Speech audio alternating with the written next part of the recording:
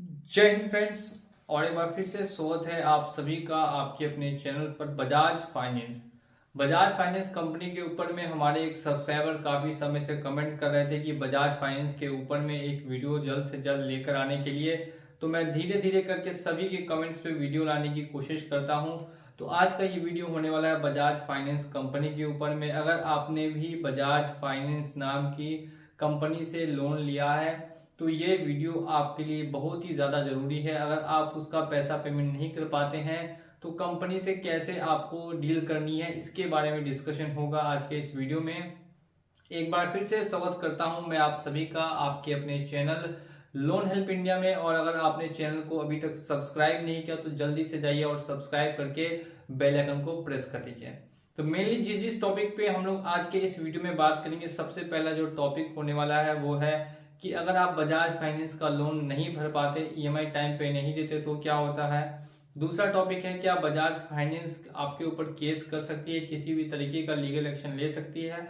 और जो तीसरा मेनली टॉपिक है कि बजाज फाइनेंस के रिकवरी एजेंट क्या घर आते हैं, और घर आते हैं तो उनसे कैसे डील करनी होती है। इन्हीं तीनों टॉपिक पे काफी समय से कमेंट्स आ रहे थे, तो इन्हीं तीनों टॉपिक पे आज का ये वीडियो होने वाला है। तो वीडियो को इंटरेस्ट के साथ पूरा लास्ट तक देखते रहेंगे, आपको काफी इंफॉर्मेशन इस वीडियो के जरिए मिलने वाली है। सबसे पहले हम लोग बात करते हैं कि बजाज का अगर आपका ईएमआई छूट जाता है या ड्यू हो जाता है तो फिर क्या होगा। देखिए, एक मैं एग्जांपल के साथ आपको समझाता हूं ताकि ज़्यादा क्लियर वे में आपको ये बातें आसानी से समझ में आ सके। मान लेते हैं आपने लिया था 1 लाख रुपए का बजाज फाइनेंस से लोन, जिसकी 12 ईएमआई आपको भरनी थी 10-10 हज़ार रुपए की। 5 ईएमआई आप भर चुके या 3 ईएमआई आपने भर दी, और बाकी ईएमआई देने के लिए अभी फिलहाल में आपके पास कोई भी पैसा या कोई भी अमाउंट नहीं है। तो ऐसे में क्या होगा कि काफ़ी लोगों को नहीं पता कि अब नेक्स्ट स्टेप क्या लेना है।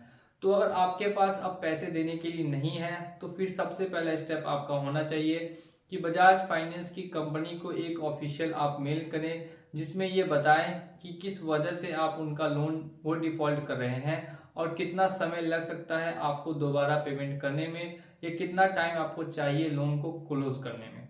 तो ये बातें मेंशन करके आपको एक मेल करना होगा कंपनी को। और अगर मेल करने में किसी तरीके की दिक्कत है तो आप वो हमसे संपर्क कर सकते हैं। व्हाट्सएप नंबर ऊपर दिया गया है, वहां पे आप संपर्क भी कर सकते हैं, पूरी से पूरी हेल्प की जाएगी आपकी। ये हो गया पहला काम लोन डिफॉल्ट करने पे। तो बजाज कंपनी वाले क्या करेंगे, वहां से या तो आपको टाइम दे सकते हैं या फिर टाइम नहीं दे सकते हैं। तो मेनली बजाज कंपनी क्या करती है, लोगों को टाइम नहीं प्रोवाइड करती है। ये प्राइवेट कंपनी है, आरबीआई के द्वारा रेगुलेटेड की जाती है, लेकिन इसके बावजूद भी आपको किसी तरीके का ये टाइम प्रोवाइड नहीं करेगी। तो ऐसे में अब आप सोचेंगे अब आपको क्या करना। देखिए, आपका काम था ऑफिशियल मेल करना, लीगल तरीके से आपने कंपनी को बता दिया कि आप एक जेन्युइन डिफॉल्टर हैं, आपकी गलती नहीं है, आपके पास ऐसी सिचुएशन आ गई है जिस वजह से आप पैसा नहीं दे पा रहे हैं।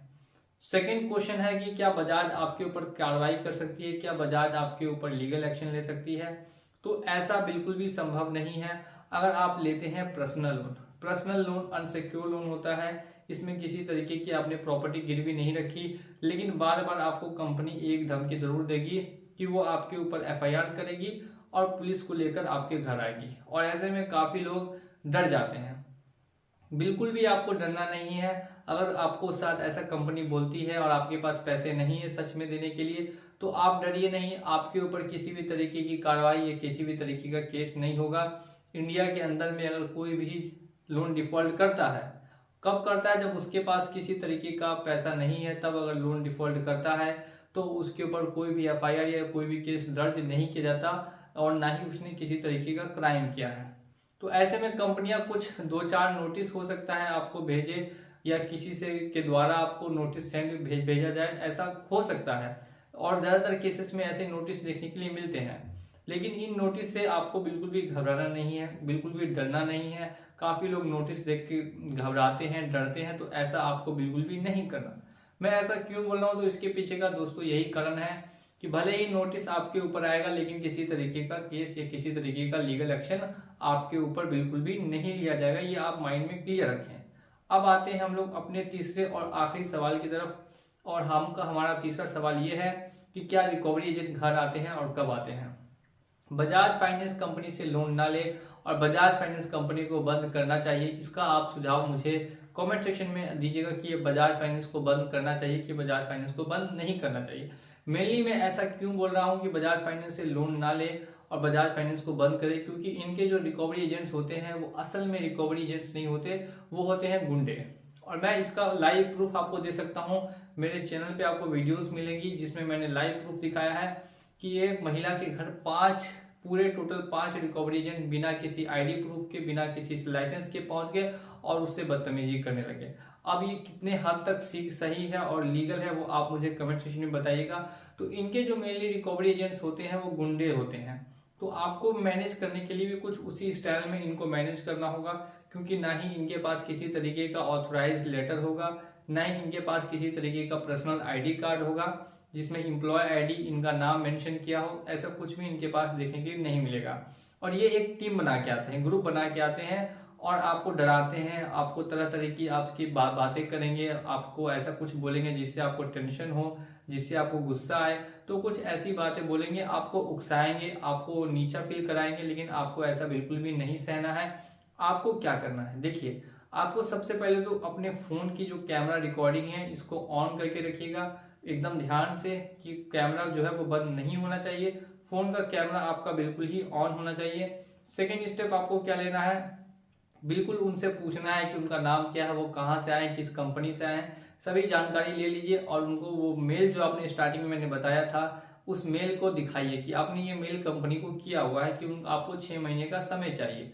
इसके बाद भी अगर वो किसी तरीके की आपकी बहस करते हैं या आपको डराते हैं या आपको धमकाते हैं तो आप उनके खिलाफ फिर बिल्कुल ही कंप्लेन कर सकते हैं, क्योंकि ये 100% इलीगल रिकवरी एजेंट्स होते हैं।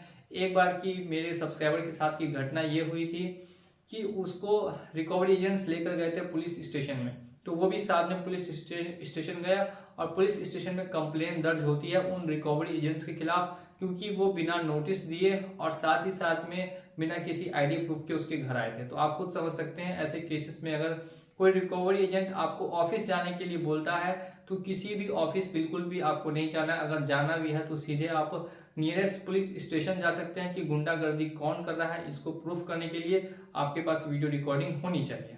तो इस चीज़ का हमेशा ध्यान रखिएगा कि अगर आप वीडियो रिकॉर्ड करते हैं तो आपके सपोर्ट में हर कोई रहेगा। आप मेरे व्हाट्सएप पे भी भेज सकते हैं, मैं भी कोशिश करूंगा अपने चैनल से के माध्यम से दिखाने की सच्चाई क्या है और ये एप्लीकेशन, ये जो कंपनी है ये क्या लोगों के साथ कर रही है। तो बजाज फाइनेंस पे बिल्कुल ही प्रतिबंध लग जाना चाहिए पूरी तरीके से। अगर आप भी इसके समर्थन में हैं तो हमारे चैनल को सब्सक्राइब करके बेल आइकन को प्रेस करेंगे। चलिए चलता हूँ मैं आज के इस वीडियो में और मिलूंगा आप लोगों से अगली वीडियो में बहुत जल्द। जय हिंद, जय भारत।